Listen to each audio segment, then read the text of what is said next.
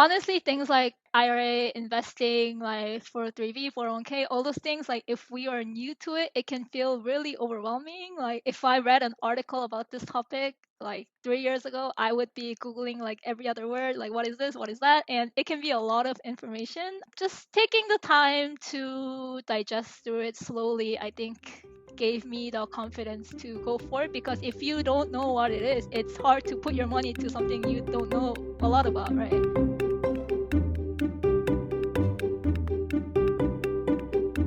Welcome to the Personal Finance for PhDs podcast, a higher education in personal finance. I'm your host, Dr. Emily Roberts. This is Season 8, Episode 10, and today my guest is Eun Bin Go, a PhD student at the University of California at Los Angeles.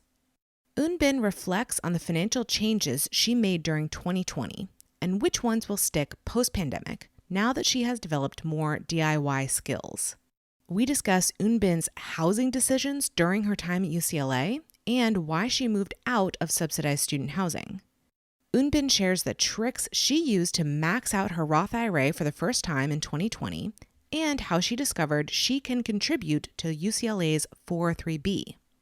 The strategies Eun Bin uses to keep her finances and time management on track might be unique to her, but are a great example of how powerful it is to know yourself and find the strategies that work well for you. I was very excited to discuss the effect that 2020 has had on Eun Bin's finances, as it's not a topic I've covered much on the podcast over the past year. It's difficult to speak about positive financial changes while so many in the US and the world are grieving, sacrificing, and experiencing hardship.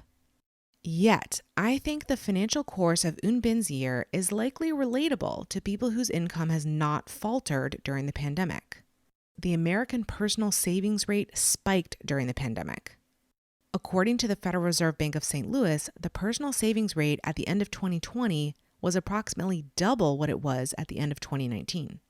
So, what does a grad student whose income has stayed steady do with her extra cash flow, at least for the time being? That's what Eun Bin shares with us in this episode. I hope you'll use this listening as an opportunity for a retrospective on your own finances over the last year.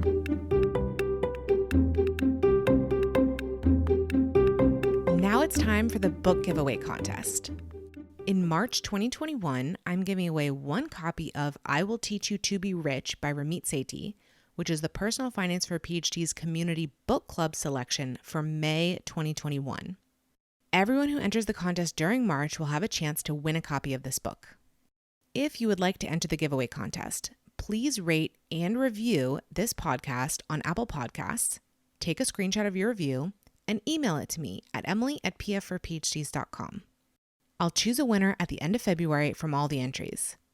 You can find full instructions at pfforphds.com/podcast.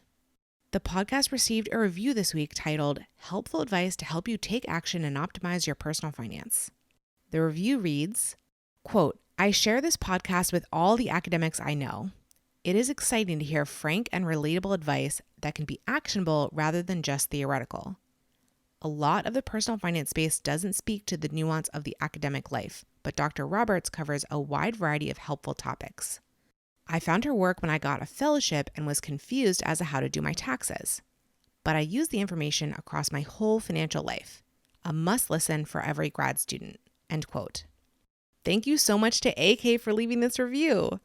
My subtle plot to lure grad students in with talk about taxes and then help them improve their finances overall seems to be working. Without further ado, here's my interview with Eun Bin Go.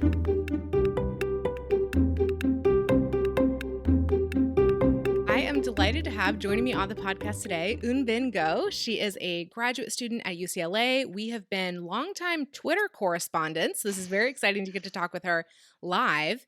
And, when she came to me wanting to be on the podcast, we kind of talked it over and decided on a theme of 2020.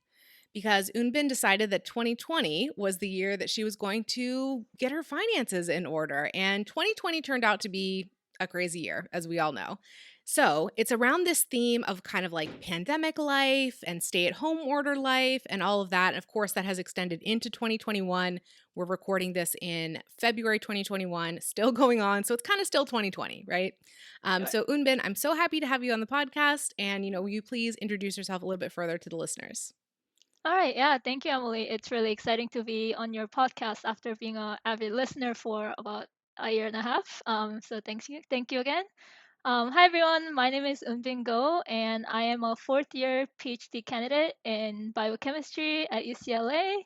Um, and like Emily said, this is a year, or 2020 was a year that I really decided to be more intentional about my finances and how I invest, how I spend. And so I'm really excited to discuss with that here today. Yeah, so we're going to go through kind of a few different financial areas in the course of this conversation. And the first one is starting with housing because, as well, we're both California residents. I recently moved to California, but we all know that housing is a major, major, major expense in California. So, how have you made different decisions around your housing in 2020? hmm Right. So I started at UCLA in summer of 2017. And my first year of grad school, I just decided to go apply for the on campus graduate housing at UCLA. Reasoning being that I didn't have too many months before I like committed to UCLA and was about to start my program, so there wasn't really much time to do all the research into different housing options. So that was like the simplest option for me, I suppose. And I thought, well, a lot of other first year my classmates were also going into graduate housing, so I thought it would be a good idea to just go into graduate housing with my cohort members, so that I can spend more time with them. And it was pretty close to campus. It's about a 3/4 mile to my lab. And because I don't have a car, I don't drive. Like I can't drive, so I can't live too far away. And so I thought, well, pretty close to campus. Like price was about like 15, like mid 1500s, but apparently that's a pretty good price for how close it was to campus. So I was okay with that. Sure, I'll go with that. So that's where I lived for about 1 year, my first year of grad school. And did that housing Yeah. choice live up to your expectations? Did it help you bond with your peers? And did you like Mhm. living that close to campus? Mhm. So living close to campus, I think, had its pros and cons. And the con is actually something I'll mention later about why I decided to move a bit far away. I was okay with the price per se, like with regards to like spending more time with my peers, because it's not really like a dorm life as in like a college. Like you live in your own room. I didn't have a roommate. I was in like a one room studio by myself. Um, so that made it a bit harder to, I guess, connect with my fellow like apartment mates, um, because I'm in chemistry and not all chemistry students were in the same housing. It's really hard to connect with students from other departments, as you might know, if you don't have any other connections outside. So that didn't really work out, but it was nice that at least it was close to campus, and I just wanted time to settle in, focus on my first year classes and research, and not have to worry too much about housing stuff. So I think it worked out overall well. Yeah. Yeah, I think when it's available to first Mhm. years, Yeah. it makes a lot of sense to them to move there. But you lived Mhm. there for 1 year and then you moved somewhere else. So what was the choice you made after that? Right. So after my first year, so in the summer of my second year of grad school, I have just been not constantly like every day, but once in a while I would browse like the Facebook housing group and other like listings, local listings. If I would constantly look to see if I can find something a bit cheaper that's still in a reasonable distance now that I have settled in and I've like found my rhythm in grad school, if you will. So I did come across in the summer, July of 2018, exactly after 1 year, a listing for just one room in a house for $700. And that happened to be at a place that was pretty accessible via bus from just outside of my lab to the house.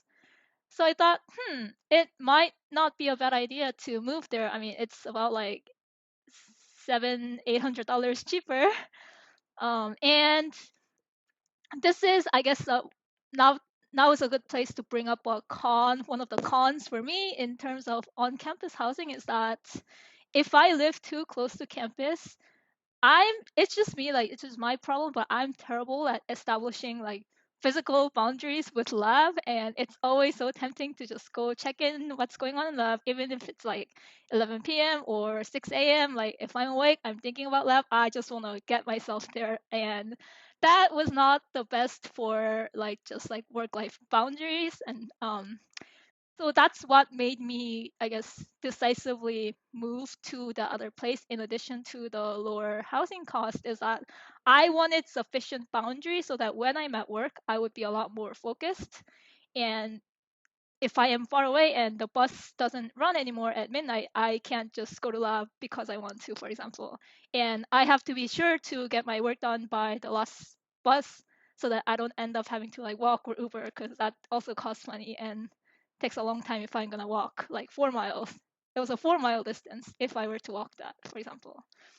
Yeah, I think that's an interesting like way to help enforce the boundary. I don't know that I've actually heard of like, you know, distance from campus as a time management tool, but it sounds creative. And did it work out? You know, did it play out according to your expectations?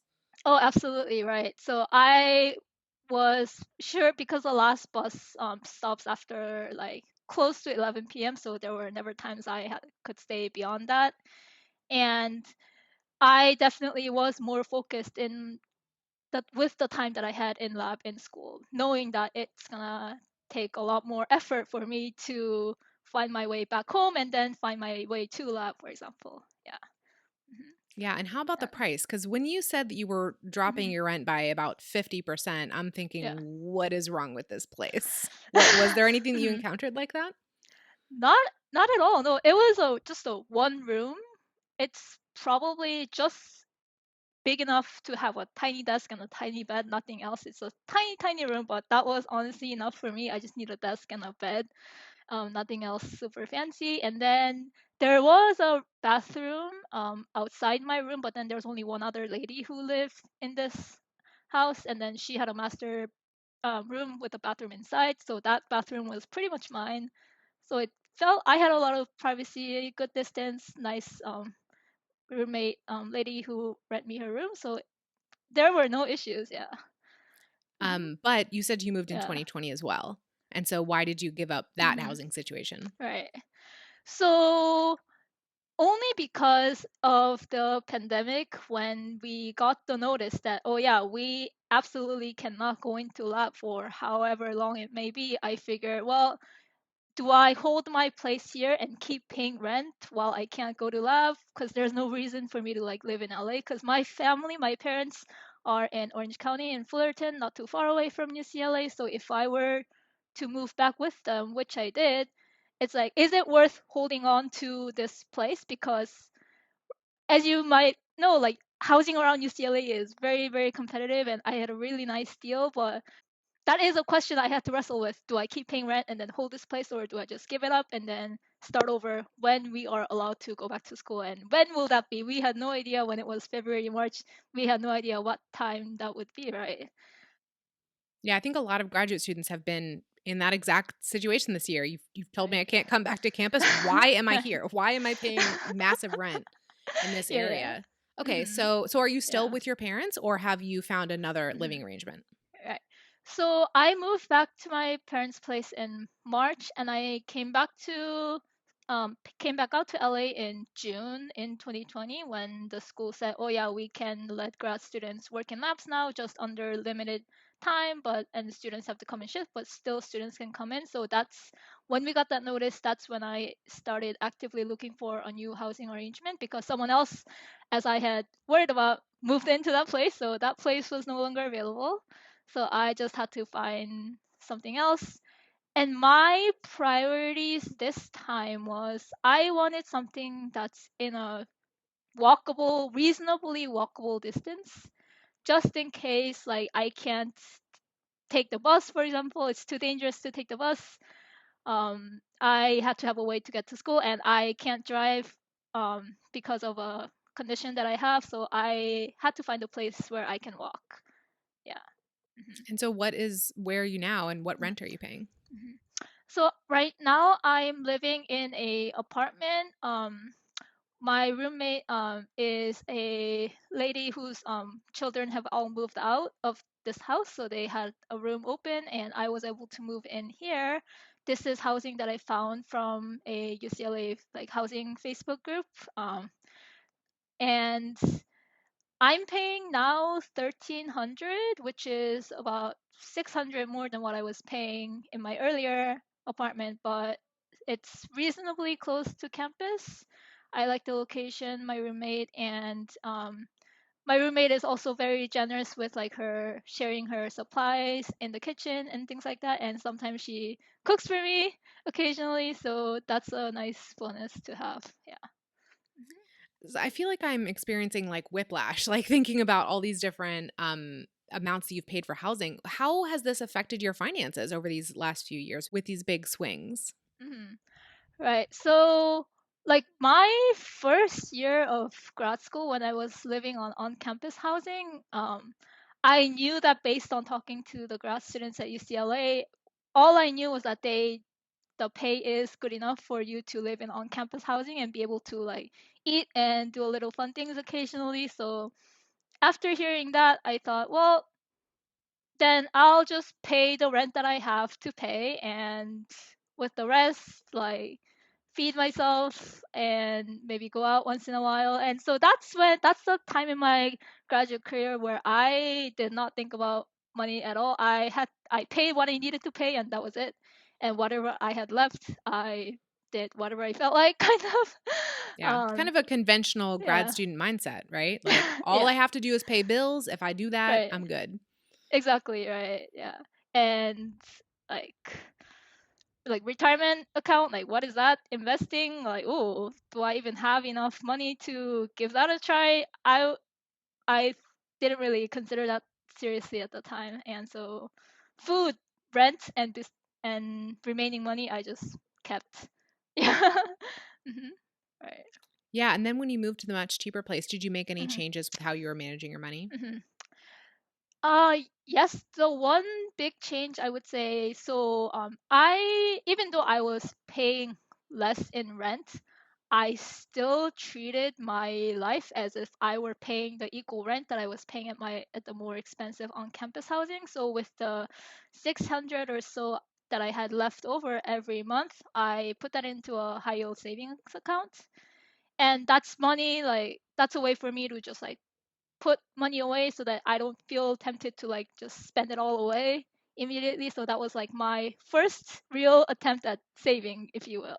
Yeah, Yeah. I think that's a great Hmm. little Yeah. psychological trick is if you manage Hmm. to reduce a bill. I mean, reducing it by hundreds of dollars a month is very impressive, but whatever you Right. can manage to do, as you Yeah. just said, don't think about that as now Yeah. available spending money. Hmm. Divert it towards whatever purpose Yeah. is, Hmm. your real priority, which okay, so you were Yeah. building up cash savings during that time. Hmm. Yeah. And then you had this short period when you were living with your parents, and now that Yeah. you're back paying a higher rent price, how Hmm. are things going? Are you still saving that little Hmm. the smaller differential, or how are you Hmm. thinking about it now? Right. So I guess there are some things that have changed. I also, in addition to moving to a more expensive housing in 2020, I also got a weekend job that pays about 700, 800 a month. So I guess that kind of helps offset that a little bit. But again, and I still treat my real rent in my brain as being in the mid 1500s. So every like excess of my rent, up to 1550, I just put away. Um, Before I had my Roth IRA account, I just would put it in my high yield savings account, but now I just funnel that to my Roth IRA account for a regular contribution throughout the year. Yeah. Awesome. Yeah. Yeah. Well, we Hmm. will come back, I think, to the Roth IRA in a moment, but now I'm curious Hmm. about this weekend job that pays so well. Is this something pandemic related? Hmm. No, so it's like a high school tutoring and like mentoring job that I just do on the weekends on every Saturdays. So just helping students with various topics. Mostly do like chemistry and calculus, high school level calculus, and just like providing peer support for high school students. say. Very interesting. And is this a Yeah. W-2 job, or are you a contractor or self-employed? Yeah, it's a W-2 job. Yeah. Wow. Yeah. Okay. That sounds fantastic. I also Mm-hmm. tutored for a little bit after college. Mm-hmm. It seemed like it's a kind of a natural job for a grad student to have, but it's very interesting that you Mm-hmm. have it as a W-2 job. And how Mm-hmm. do you feel like that is like balancing with your role as a graduate student? Like, are you able to keep Mm-hmm. up, good time Mm-hmm. management? Does your advisor know Okay. about this? My advisor, I may have mentioned, I mean, he does know that I go home every weekend, and sometimes like he takes me to the train station. Like before the pandemic, he would give me rides to the train station. So he is aware of the fact that I go home and I'm not in the lab during the weekends.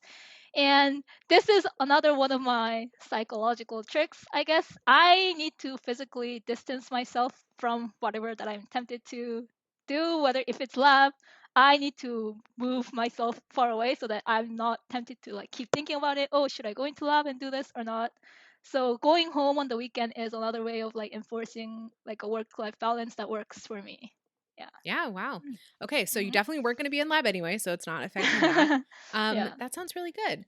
Okay, Yeah. so what are the other ways that like COVID, social distancing Mm-hmm. has changed your Mm-hmm. spending? I mean, I know it has for mine, but how has it affected Mm-hmm. yours? So because when I moved back into my parents' place, I did pay them a little bit, a couple $100, just because they were feeding me and housing me, but not like what I was paying out here. But besides that, I really had no other expenditures. Really, I can't travel. I can't go out to eat in restaurants, and really, I would say besides housing, food, just eating out was a majority of my other non-housing expenses. So I naturally got to save a lot in that regard. Yeah, So you have been eating out less during the pandemic because I know that some very much. people are still eating or getting takeout or whatever the equivalent Hmm. is quite a Yeah, lot. right. So yeah, I pretty much like never ate out for like at least the first month where it was like really picking up. Like the news is like encouraging, hey, people stay home, like don't do so many things outside. And so like early on, like I barely even went left the house, for example. Yeah, Okay, so yeah, you just had a lack of outlets for your spending. But, exactly. some Yeah. people have been like shopping more Hmm. online, or like maybe they're Yeah. subscribing to a few more things for like streaming Hmm. entertainment. Did any of that have an uptick for you? Yeah, I know a lot of people like signed up for new Netflix accounts and stuff for like watching movie, but I did not do that either. And I didn't really notice any differences in spending online shopping necessarily. I mean, I didn't do too much of that to begin with, and it's just not something that I started doing more necessarily, I would say. Yeah. Okay, so you've Yeah. just been stacking up your cash throughout much of the pandemic because Yeah. yeah, the spending outlets don't interest you.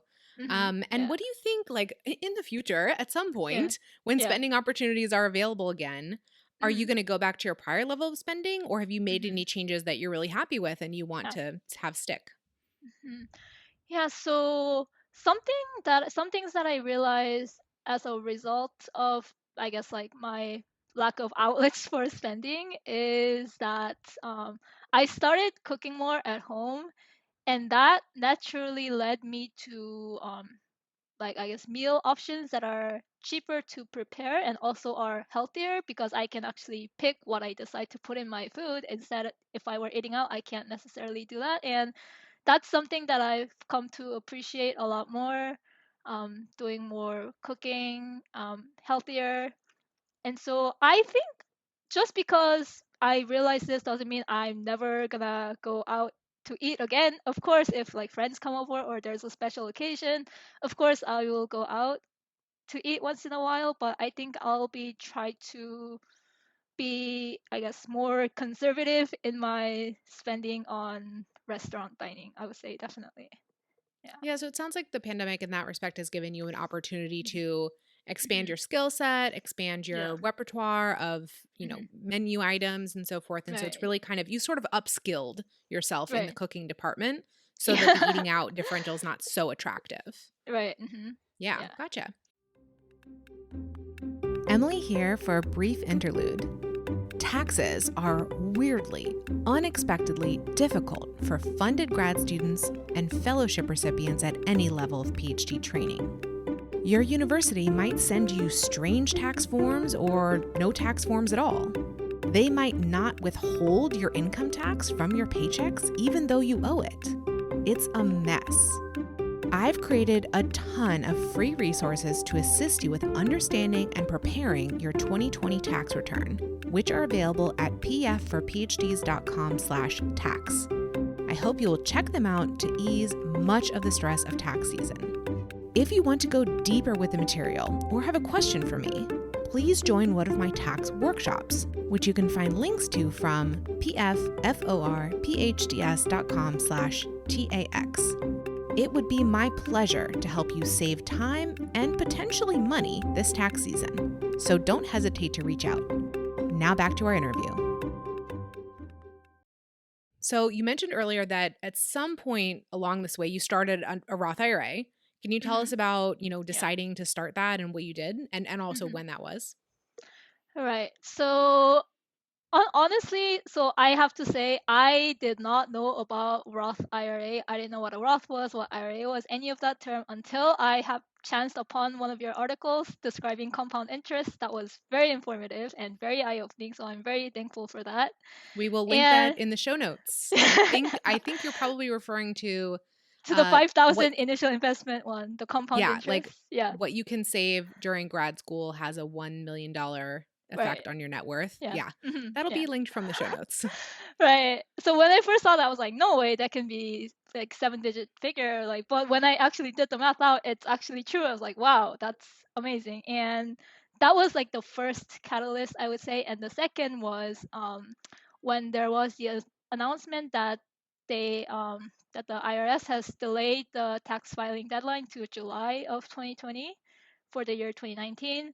And that also gave you more time to contribute to your 2019 Roth IRA if you desire.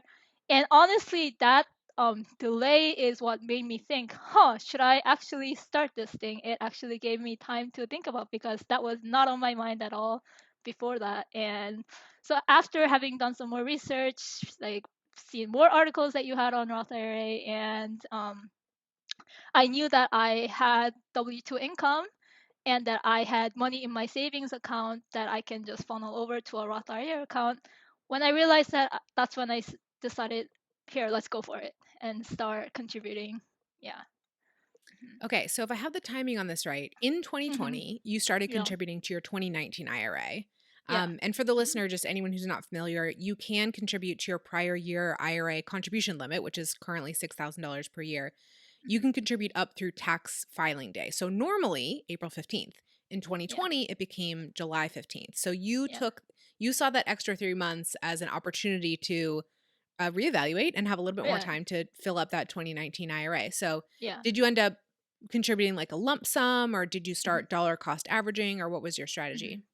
Yeah, so I had about like 2 years worth of IRA contributions from just my savings in a savings account. So I actually had more than 12K in my savings account at the time. So it was like a one lump sum deposit for both the year 2019 and 2020 that I made in mid 2020 to my Roth Wow. IRA. All right. Yeah. So you maxed out 2 years at once. You're all set through the end of you were all set through the end of 2020. Now we're in 2021. And is your strategy the same? Are you saving up cash and doing another lump sum contribution, or have you started contributing on a regular basis? Yeah, so I have a direct deposit setup where I put in about 500 every month into my Roth IRA account. Yeah, and sounds amazing. That should come out to exactly 6,000 in 1 year. Yeah. Yeah, so you're on track to max out in 2021 as well. Yeah. Incredible. Yeah.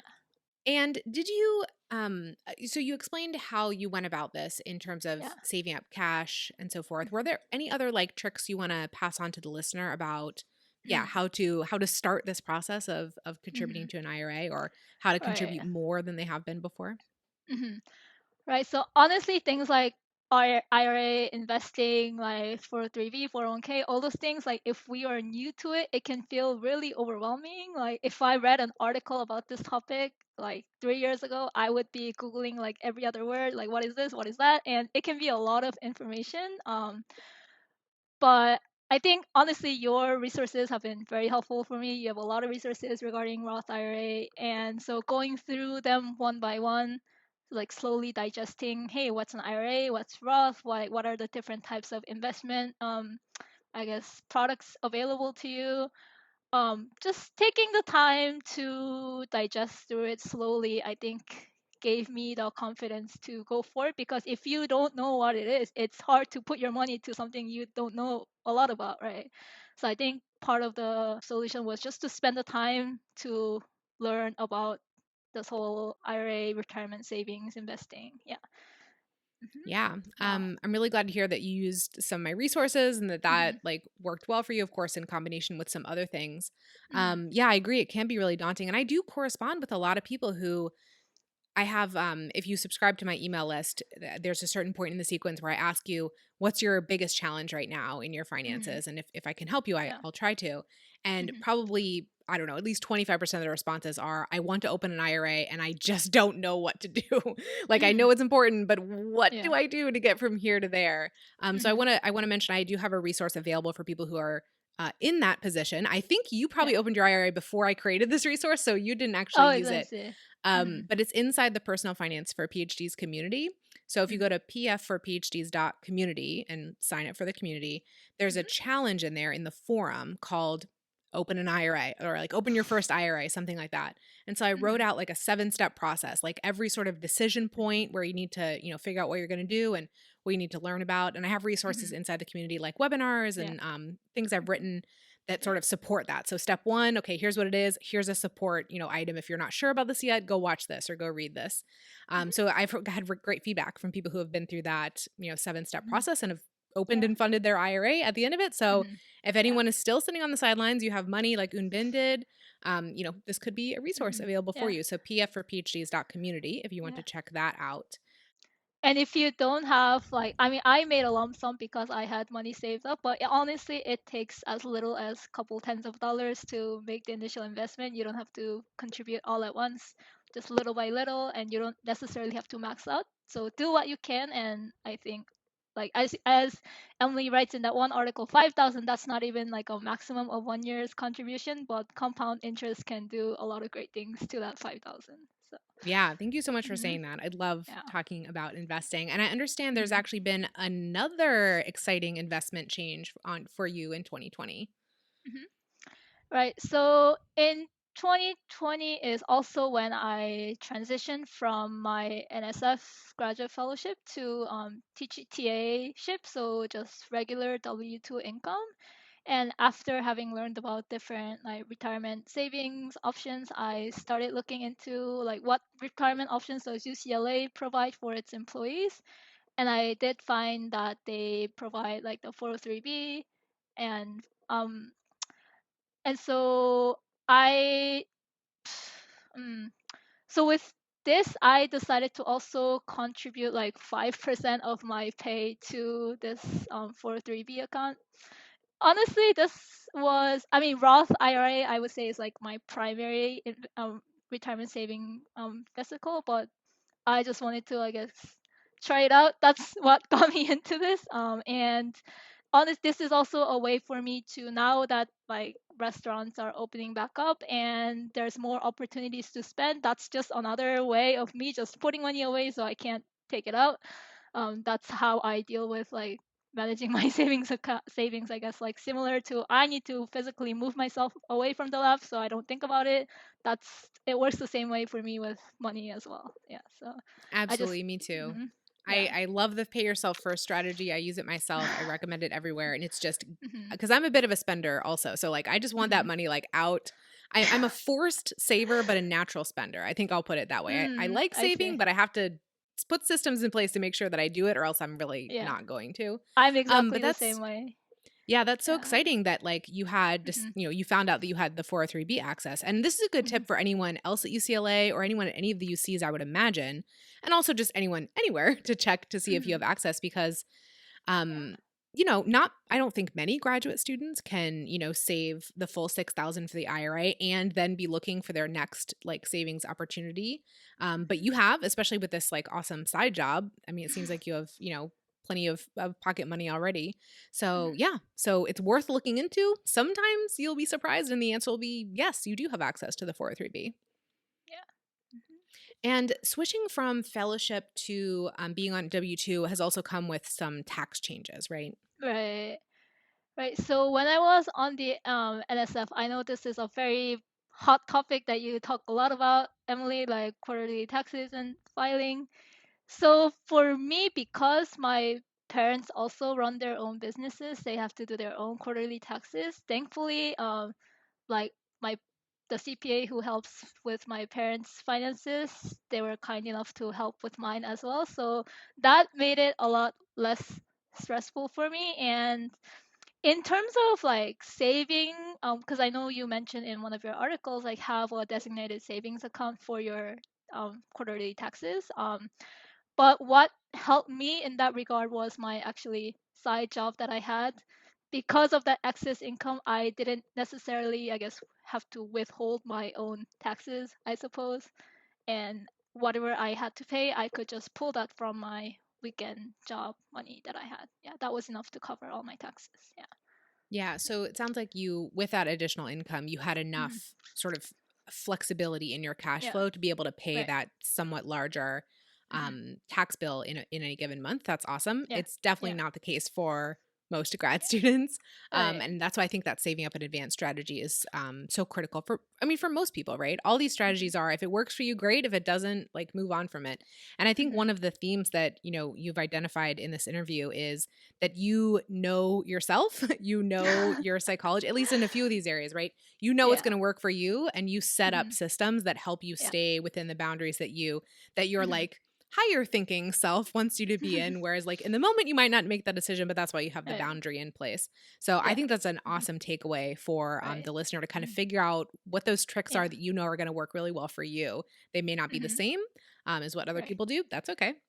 Mhm. So as we wrap up, Eun Bin, thank you so much for this interview. It's really interesting to hear what's been going on in 2020 for someone else. I feel like I haven't had that many interviews that sort of acknowledge that we are in the middle still of a global pandemic. So as we're Mhm. wrapping up, would you please tell us Mhm. your best financial advice for another early career Mhm. PhD? And it could be something Mhm. that we have already touched on that you want to emphasize, or it could be something completely new. Mhm. Yeah. So I think based on my experiences, my advice for early career PhD students is number one, do this before you apply. Sign up for Emily's website. They are very helpful. I wish I had discovered them way earlier in my career, definitely. And second, like if this is like your first time making like regular income, which it was for me until after I graduated college, it can feel very overwhelming to have just a lot of cash than you're normally used to. So make a budget of like your essential, I guess, like costs that you need to pay, and then like just develop a budget for yourself. And what I did was whatever that was above that, beyond that budget, I just put away into a savings account that I can't touch. But I guess Emily did mention also, but be open to, I guess, experimenting a little bit with your finances and figuring out a strategy that works for you. And do take the time to learn about like saving and investing. I know when you first get into it, for me, it was like, oh, like investing in like the stock market or like mutual funds. Like, what are those things? Like, how does it work? And like, are you sure that I won't lose my money this way? I had a lot of these concerns, but think there's a lot of really informative articles. I like the one Investopedia, for example. They have a lot of really informative articles that are friendly to beginners. And combined with Emily's various articles, I think it is a steep learning curve, but it is something worth putting your time into, I would say. Yeah.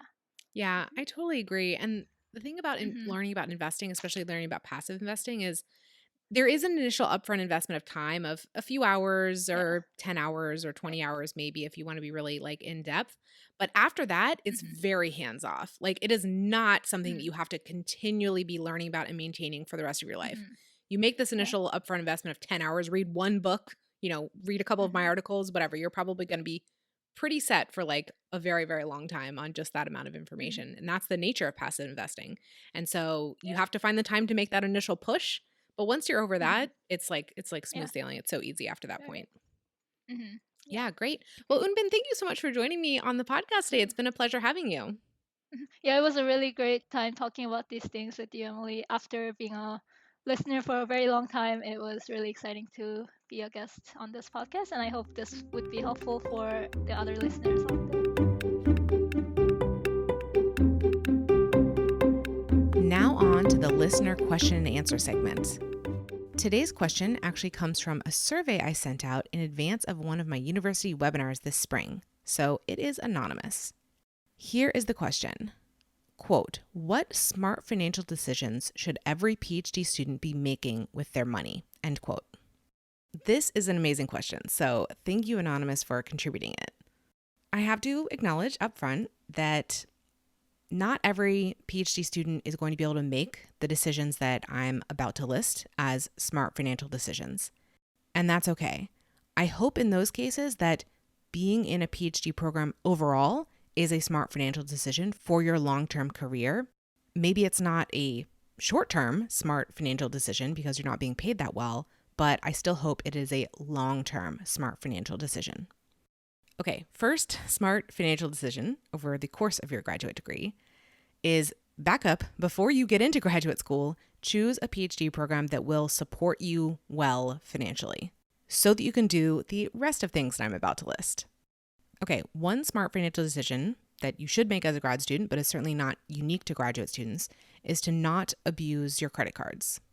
Use your credit cards, if you use any, exactly as you would use a debit card, and never put a charge on it that you could not immediately pay off with cash from your checking account.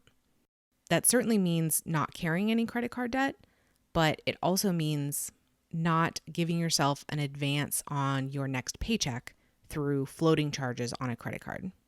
For further explanation of why this kind of use of credit cards is dangerous and how to get out of it, listen to my episode last week, Season 8, Episode 9, with Alana Gloger.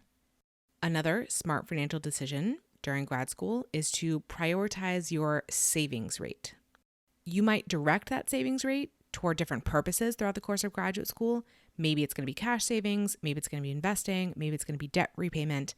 But whatever it is, getting that savings rate higher, maybe even in the 10 or 20% or higher ranges, that's a really smart financial decision.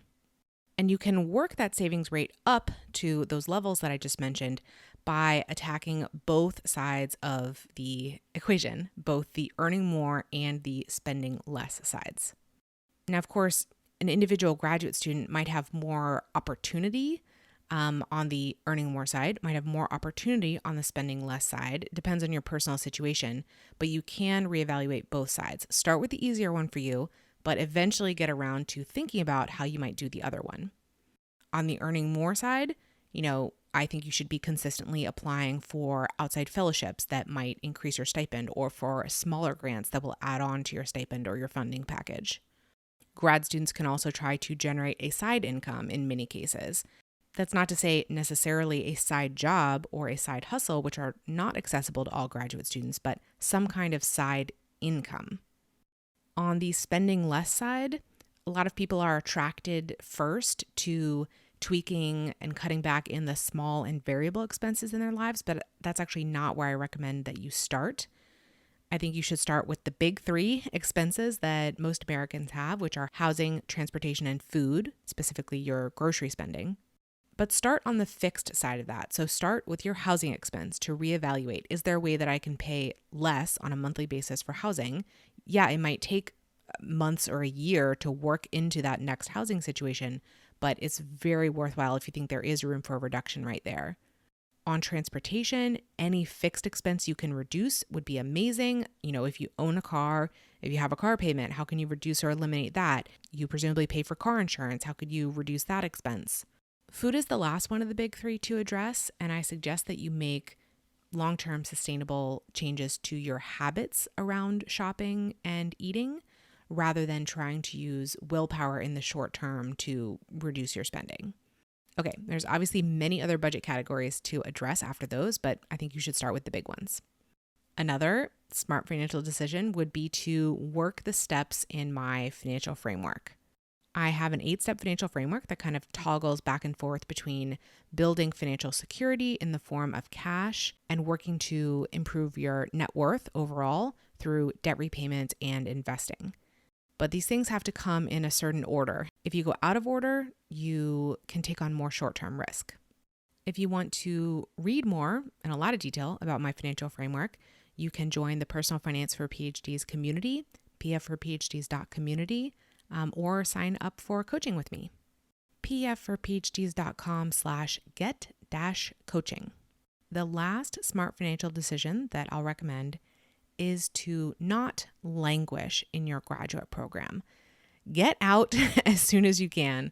Really, overall, the best thing you can do for your finances is finish that PhD and move on to a higher post-PhD income, whether that's in a postdoc or a real job. I know there are good reasons to stay in grad school longer related to publishing, related to applying for tenure track jobs, but it's not a smart short-term financial decision. So again, if you think that the extra year or whatever it is in your PhD program is worth the long-term investment, that's great. But if you don't see that ROI on the horizon, just get out as quick as you can. Thank you so much to Anonymous for submitting this question. If you would like to submit a question to be answered in a future episode, please go to pfforphds.com/podcast and follow the instructions you find there. I love answering questions, so please submit yours. Listeners, thank you for joining me for this episode. pfforphds.com/podcast is the hub for the Personal Finance for PhDs podcast. On that page are links to all the episode show notes, which include full transcripts and videos of the interviews. There is also a form to volunteer to be interviewed on the podcast and instructions for entering the book giveaway contest and submitting a question for the Q&A segment. I'd love for you to check it out and get more involved. If you've been enjoying the podcast, here are 4 ways you can help it grow. 1. Subscribe to the podcast and rate and review it on Apple Podcasts, Stitcher, or whatever platform you use. If you leave a review, be sure to send it to me. 2. Share an episode you found particularly valuable on social media, with an email listserv, or as a link from your website. 3.